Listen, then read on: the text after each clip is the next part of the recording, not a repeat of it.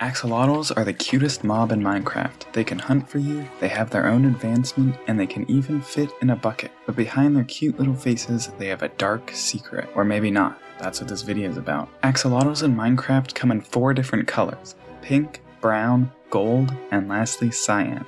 Oh wait, there's also the super rare blue one I guess, but you can only get that one from breeding. Now we would expect that all 4 of the main axolotl varieties to be equally likely to spawn. It's a 25% chance each. But what if this isn't true? What if we've all just been tricked? What if we are just sheeple, compliant with the status quo? Let's find out. So what am I testing exactly? I want to know if each of the 4 main axolotl variants have the same probability of spawning. In other words, my null hypothesis is that the pink, brown, gold, and cyan axolotls have an equal chance of spawning. My alternative hypothesis will simply be that this is not true and that the probabilities are different. I also need to decide how confident I want to be. Let's say I want to be 95% confident, which corresponds to an alpha value of 5%. To test this, I will use a chi-squared goodness of fit test, and my sample size is 320 axolotls, because that's how many eggs are in 5 stacks of axolotl spawn eggs. Okay, so now to test if this is true, we need some data. To do this, I set up a contraption to spawn 320 axolotls. I will simply then count each type of axolotl. Alright, so there's 1 gold, 2 brown, oh, there's 5 pink, there's a 4 gold, and 5, there's, okay, luckily this is just a recording so I can slow it down to watch. Alright, so now I have the data, we just need to find the expected values before we can do our math. We expect a 25% chance for each color to spawn. Multiply that by 320 to get an expected count of 80 for each color. Okay, so now we can set up a table with our expected values and our observed values for each axolotl type. So now we are ready to start our test. Wrong! First you have to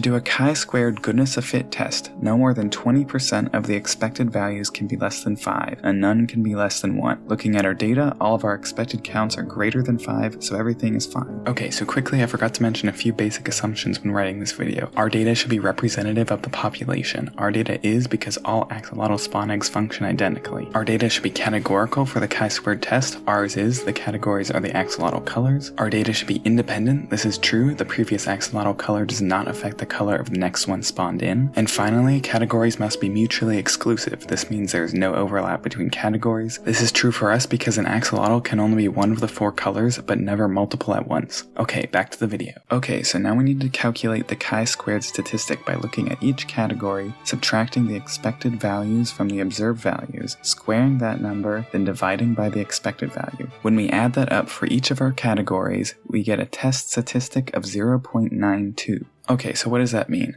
First, we need to find our degrees of freedom, which is the number of categories minus 1. In our case, we had 4 categories, so we have 3 degrees of freedom. Now we look at a chi-squared table for 3 degrees of freedom and 95% confidence level, and see the number is 7.814728.